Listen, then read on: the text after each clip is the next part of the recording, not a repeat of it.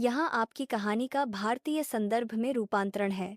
मैंने पात्रों के नाम, भोजन, सामाजिक परिवेश और सांस्कृतिक तत्वों को भारतीय हिंदुस्तानी संदर्भ में बदल दिया है, जबकि कहानी का मूल ढांचा और भावनात्मक गहराई वैसी ही रखी है। साड़ी के पल्लू के नीचे से सरकते हुए ससुर जी के हाथ का स्पर्श जब मेरे पैरों से होकर गुजरा, तो मेरे मुंह से एक धीमी और लंबी आह अपने आप निकल गई। वह स्पर्श निश्चित रूप से कोई संयोग नहीं था। रजाई के अंदर रेंगता हुआ वह हाथ ठीक उसी जगह आकर रुका जहां उसे नहीं होना चाहिए था, लेकिन मैं पीछे नहीं हटी। नहीं, सच तो यह है कि मैं नहीं हटी। शायद मैं इंतजार कर रही थी कि वह हाथ और ऊपर आए। ठीक हो ना? थक गई होगी। उनकी आवाज में अपनापन था, लेकिन मेरा शरीर, जो संकोच से सिकुड़ गया था, पहले ही समझ चुका था कि यह अपनापन अब केवल एक ससुर का नहीं रहा। उस रात मेरे पति की खाली जगह को ससुर जी की मीठी बातों से ज्यादा उनके शरीर की गर्मी ने भरा, और उस गर्माहट में मुझे अपराधबोध से पहले सुकून महसूस हुआ। ससुर जी का हाथ जिस पल मुझ पर पड़ा, उसी पल से मैं एक बहू नहीं, बल्कि एक पुरुष की स्त्री बन गई। कहानी शुरू करने से पहले कृपया चैनल को सब्सक्राइब करें और वीडियो को लाइक ज़रूर करें।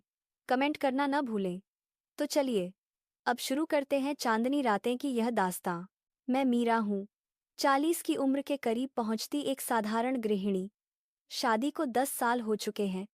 पति के साथ बातचीत धीरे धीरे खत्म हो गई, और तमाम कोशिशों के बावजूद हमारे कोई बच्चा नहीं हुआ। मेरे पति राजीव बिजनेस के बहाने अक्सर घर नहीं आते, और उन्हें इस बात की कोई परवाह नहीं कि मैं क्या सोचती हूँ या क्या महसूस करती हूँ। ऐसे में विडंबना देखिए कि जिस व्यक्ति ने मेरा लगातार ख्याल रखा, वे मेरे ससुर जी, सुरेश जी थे। वे एक रिटायर्ड प्रिंसिपल थे, इसलिए हमेशा अनुशासित और सलीकेदार रहते थे। लेकिन अजीब बात यह थी कि उनकी नज़रें अक्सर मुझ पर कुछ ज्यादा ही देर तक टिकी रहती थीं। शुरू में मुझे लगा कि वे मुझे बेटी मानते हैं, लेकिन अब सोचती हूँ तो वह नज़र पिता वाली नहीं थी। करीब 6 महीने पहले की बात होगी। उस दिन भी राजीव घर पर नहीं थे। बस एक व्हाट्सएप मैसेज आया, आज देर हो जाएगी। रात के 8 बजे के बाद आए इस मैसेज का मतलब साफ था कि वे रात को घर नहीं आएंगे। खाली घर में अकेले खाना परोसते हुए मैंने हमेशा की तरह चम्मच नीचे रख दिया। न भूख थी, न कोई उत्साह। रसोई में गैस पर उबल रही दाल की आवाज ही सन्नाटे में गूंज रही थी। तभी दरवाजे की घंटी बजी और एक जाना पहचाना चेहरा दिखाई दिया। मीरा। मैं हूँ, बाबूजी। अजय बाबूजी, आप आने से पहले फोन कर देते। पास के क्लिनिक आया था, देखा घर की बत्तियां जल रही हैं। अकेली हो क्या? मैंने झिझकते हुए सिर हिलाया। उसी पल मुझे ख्याल आया कि ससुर जी अक्सर तभी आते हैं जब मैं अकेली होती हूँ। ड्राइंग रूम में आकर उन्होंने अपना कोट उतारा और बड़े अधिकार से डाइनिंग टेबल पर बैठ गए। उनके हाथ में मिठाई का एक डिब्बा था, जिसे बढ़ाते हुए वे मुस्कुराए। घर का खाना तो अच्छा है ही, लेकिन कभी कभी ये जलेबियां और समोसे भी अच्छे लगते हैं। और अकेले खाना इंसान को बहुत अकेला कर देता है। आओ, साथ खाते हैं। शुक्रिया बाबूजी। मैं उनके सामने वाली कुर्सी पर बैठ गई और संकोच से नजरों को मिलाया। उसी पल उनकी नजर मेरे शरीर पर कुछ देर तक टिकी रही। उनकी आंखों में कुछ ऐसी बातें थीं जो जुबां पर नहीं आ रही थीं। मीरा, आजकल तुम बहुत कमजोर लग रही हो। वजन कम हो गया है तुम्हारा। उनकी इस बात पर मैंने हंसकर टालने की कोशिश की, लेकिन मेरे होंठ कांप गए और एक अजीब सी मुस्कुराहट ही चेहरे पर आ पाई। हम्मा, तुम्हारा यह सोचना कि सब वही रोज का है, यही तो समस्या हो सकती है ना? उनकी यह बात मेरे दिल में चुभ गई। रोज का हाल कहकर वे किस अधूरेपन की ओर इशारा कर रहे थे। उस रात हम सोफे पर साथ बैठकर चुपचाप टीवी देख रहे थे। मुश्किल से 10 मिनट हुए होंगे, लेकिन बाबूजी टीवी नहीं देख रहे थे। उनकी नज़र टीवी के ऊपर दीवार पर लगी फोटो पर थी। वह मेरी और राजीव की शादी की तस्वीर थी। राजीव आजकल भी देर से आता है? जी, हमेशा की तरह। उस नालायक को तुम्हें इस तरह अकेला नहीं छोड़ना चाहिए। उनकी आवाज में नरमी थी, लेकिन एक भारीपन भी था। और फिर वह नज़र दीवार से हटकर मुझ पर आ टिकी। उस नज़र में जिम्मेदारी का भाव तो था, लेकिन साथ ही कुछ और भी था जिसे शब्दों में बयां नहीं किया जा सकता। मेरा दम घुटने लगा। मैं घबराहट में उठी। मैं पानी लेकर आती हूँ। रसोई की तरफ जाते हुए मुझे अपनी पीठ पर उनकी नज़र महसूस हो रही थी। और विरोधाभास देखिए। मुझे यह एहसास बुरा नहीं लग रहा था, इस बात ने मुझे खुद चौंका दिया। उसके बाद के कुछ दिनों में ससुर जी अक्सर घर आने लगे। कभी डॉक्टर के पास जाने का बहाना, कभी रास्ते से गुजरने का, या शायद बस मेरे साथ शाम का चाय नाश्ता करने के लिए। वे हमेशा कुछ न कुछ साथ लाते, कभी भुनी हुई मूंगफली, कभी गाजर का हलवा, तो कभी रात के लिए केसर वाला दूध। फिर एक रात, खाना खाने के बाद की बात है, घर से निकलने से पहले दरवाजे पर उन्होंने मेरे कंधे को हल्के से थपथपाया, लेकिन उनका हाथ कंधे से फिसलकर मेरी गर्दन तक आया और एक पल के लिए वहीं रुक गया। घर में अकेली हो, अपना ख्याल रखना, दरवाज़ा ठीक से बंद करना। उनकी बात का मैं कोई जवाब नहीं दे पाई। क्या यह इसलिए था क्योंकि राजीव से मुझे अरसे से ऐसी गर्माहट नहीं मिली थी? उनका हाथ हटने के बाद भी मेरे गालों तक उसकी तपिश महसूस होती रही। दरवाज़ा बंद करके जब मैंने आईने में देखा, तो पाया कि मेरे चेहरे पर एक ऐसी मुस्कान थी जो बहुत पहले खो चुकी थी। उस स्पर्श के बाद मुझे किसी के शरीर की गर्मी की शिद्दत से याद आने लगी। काश वह राजीव होते, लेकिन वे तो अपनी दुनिया में मस्त थे। उनका ध्यान हमेशा मुझसे ज्यादा दूसरी औरतों पर रहता था। मीरा, मुझे टूर पर जाना है, कल सुबह की फ्लाइट है। टूर? अचानक? हाँ, बस अचानक तय हुआ है। बाबूजी के घर जाकर उनका खाना वाना देख लेना। हमेशा यही कहानी। अपने पिता की सेहत की चिंता का नाटक करते थे, लेकिन घर में जो पत्नी उनके प्यार का इंतजार कर रही थी, उसकी कोई फिक्र नहीं थी। किस्मत कहिए या संयोग। जिस दिन राजीव टूर पर गए, ससुर जी हमारे घर आए हुए थे। ड्राइंग रूम में अखबार पढ़ते हुए उन्होंने मेरे दरवाज़ा बंद करने की आवाज़ सुनी और सिर उठाया। मीरा, आ गई? जी। मेरी आवाज़ थोड़ी रूखी थी, शायद इसलिए उन्होंने माथा सिकोड़ा। राजीव फिर टूर पर गया? जी। पता नहीं इस बार कितने दिन लगेंगे, मैंने कोट उतारते हुए कहा, लेकिन मेरे शब्दों में एक अनकही बात छिपी थी। मैं अकेली नहीं रहना चाहती थी। राजीव महीने में एक बार तो कई दिनों के लिए गायब हो जाते थे। हर बार मैं घोर अकेलेपन में घिर जाती और सोचती कि काश कोई मेरे पास होता। मेरी बात सुनकर ससुर जी ने अखबार नीचे रखा और मुझे देखा। उनकी आंखों में झिझक और यकीन दोनों थे। मुझे उनकी उस नज़र की आदत होने लगी थी, जिससे मुझे डर भी लगता था और अजीब सा सुकून भी मिलता था। खाना खाया आपने? नहीं, तुम्हारा इंतजार कर रहा था। साथ खाएंगे। उस एक वाक्य ने मेरे दिल को छू लिया। कोई मेरा इंतजार कर रहा था। यह एहसास कितना गहरा हो सकता है, ये मैंने पहली बार जाना। हमने साथ मिलकर खाना खाया। साधारण सी सब्जी रोटी थी, लेकिन बाबूजी ने उसे बड़े चाव से खाया। उनका वह रूप मुझे अजीब तरह से प्यारा लगा और मैं निवाला हाथ में लिए बस उन्हें देखती रही। हम? ऐसे क्या देख रही हो? बस ऐसे ही। ऐसा है क्या? राजीव या मैना भी हो, तो भी खाना मत छोड़ना। उनकी बात सुनकर मुझे एहसास हुआ कि मैंने खुद को कितना नज़रअंदाज किया था, और यह एहसास दिलाने वाला मेरा पति नहीं, मेरे ससुर थे। बर्तन धोते समय मुझे पीछे से कदमों की आहट सुनाई दी और फिर कंधे पर एक गर्म हथेली का स्पर्श। रहने दो, मैं कर देता हूँ। तुमने खाना बनाया, अब आराम करो। उनका हाथ ज्यादा देर नहीं रुका, लेकिन वह क्षणिक गर्मी मेरी त्वचा में समा गई। मैं बुत बनकर खड़ी रही। कोई बात नहीं बाबूजी, मैं कर लूंगी। कभी कभी किसी और को भी करने दिया करो। तुम अकेले सब कुछ संभालने की कोशिश करती हो, यह देखकर मुझे अच्छा नहीं लगता। यह सुनकर मेरा सिर झुक गया। आंखों में आंसू नहीं आए, लेकिन एक अजीब सी राहत महसूस हुई। हम ड्राइंग रूम में आए। टीवी की धीमी आवाज गूंज रही थी। सोफे पर हम पास पास बैठे थे। हमारे बीच की दूरी घटती जा रही थी। जब उन्होंने मेरे कंधे पर हाथ रखा, तो मैं अनायास ही उनकी ओर झुक गई। क्या थोड़ी देर ऐसे ही रह सकते हैं?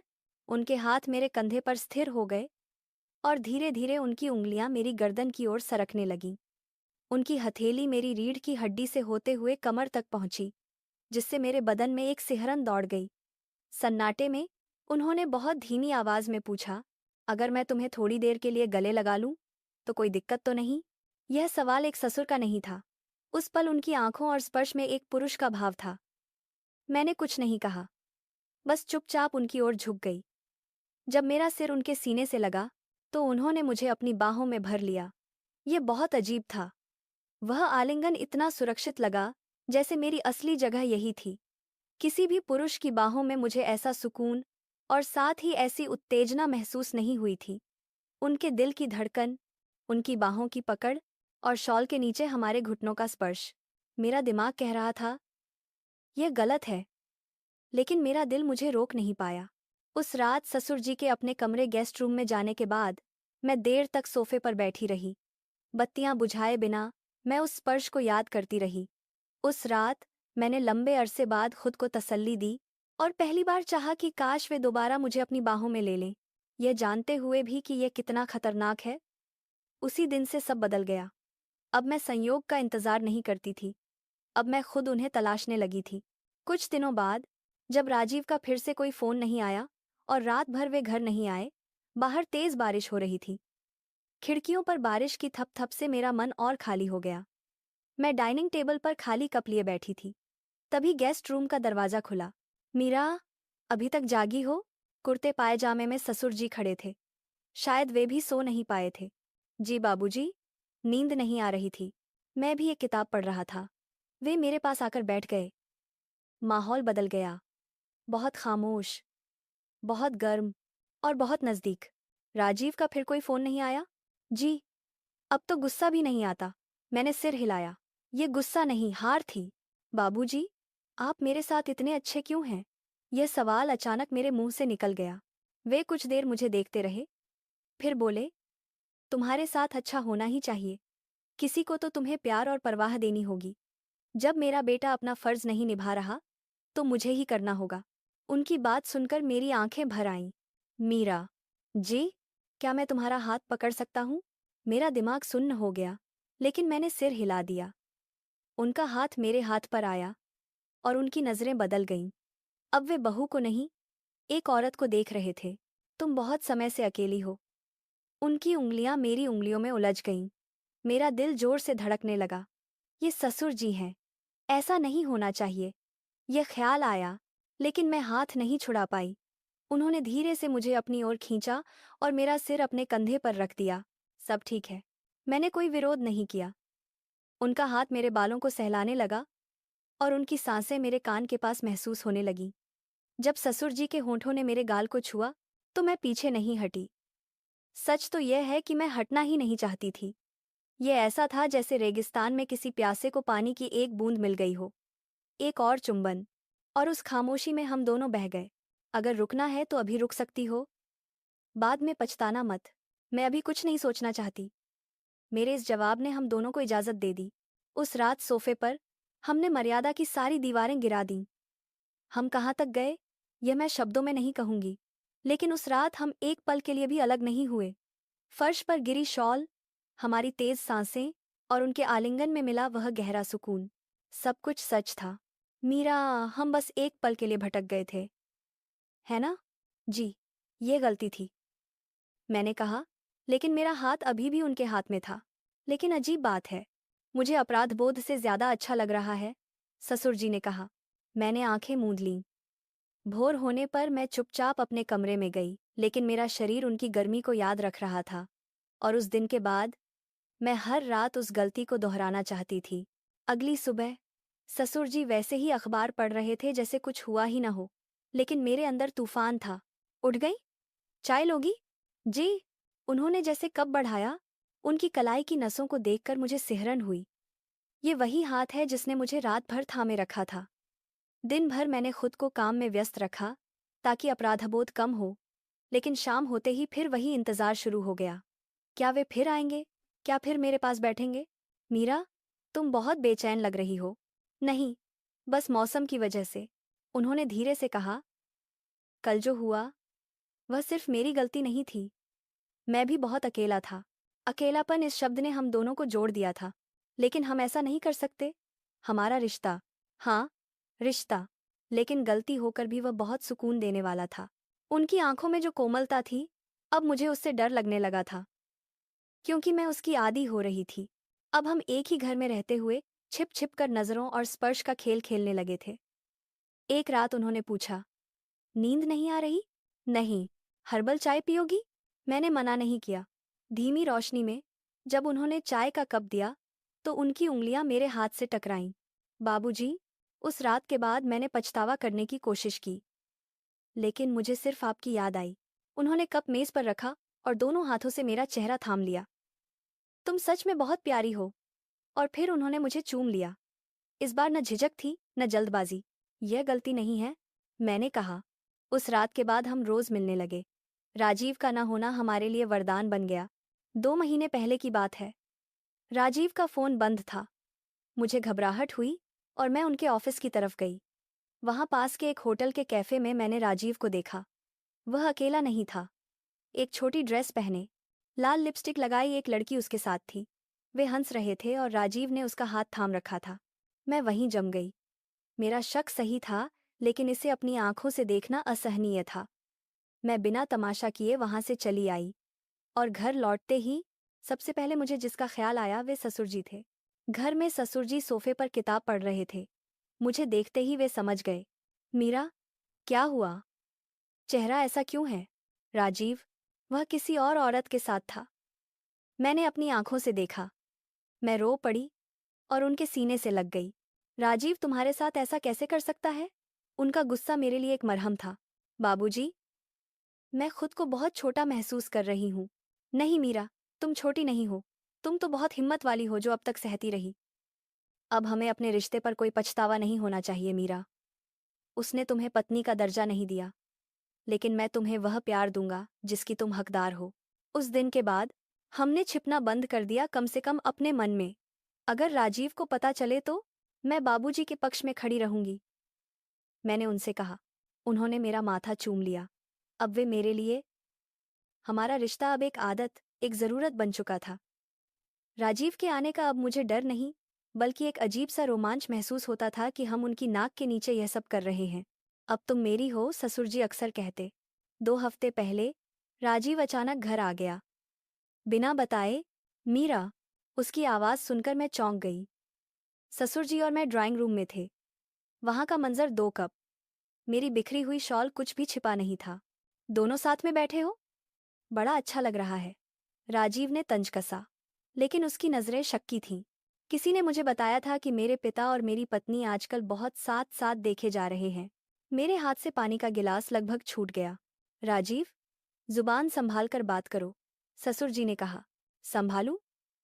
अरे, क्या चल रहा है तुम दोनों के बीच? बोलो, राजीव चीखा। ससुर जी मेरे सामने आकर खड़े हो गए। मैं मीरा को अपनी जिम्मेदारी, अपनी औरत मानता हूं। क्या पागल हो गए हो आप? राजीव हक्का बक्का रह गया। हाँ, मैंने कहा। तुमने मुझे छोड़ दिया था राजीव। तुमने दूसरी औरतों में खुशी ढूंढी। जब तुम नहीं थे तो इन्होंने मुझे संभाला। मुझे इनके पास सुकून मिलता है। घिन आती है मुझे तुम दोनों से। राजीव चिल्लाया और अपने कमरे में चला गया। उस रात घर में भयानक सन्नाटा था, लेकिन हम में से कोई घर छोड़कर नहीं गया। राजीव अपनी अय्याशियों के लिए आज़ादी चाहता था और उसे अपनी सामाजिक प्रतिष्ठा भी बचानी थी। हम तीनों ने एक अजीब सा समझौता कर लिया। हम एक छत के नीचे अजनबियों की तरह, या कहूं तो एक नाटक की तरह रहने लगे। दुनिया की नज़र में हम एक खुशहाल परिवार हैं। सास की बरसी पर रिश्तेदारों के सामने हम साथ खड़े होकर फोटो खिंचवाते हैं, लेकिन मेज के नीचे ससुर जी का हाथ मेरे हाथ को थामे रहता है। राजीव सब जानता है, लेकिन वह कुछ नहीं कहता।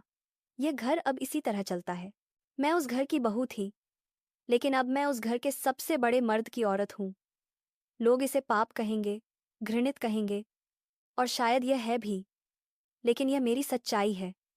ये प्यार है, जरूरत है, या गुनाह, मुझे नहीं पता। बस इतना पता है कि अब मैं तन्हा नहीं हूं।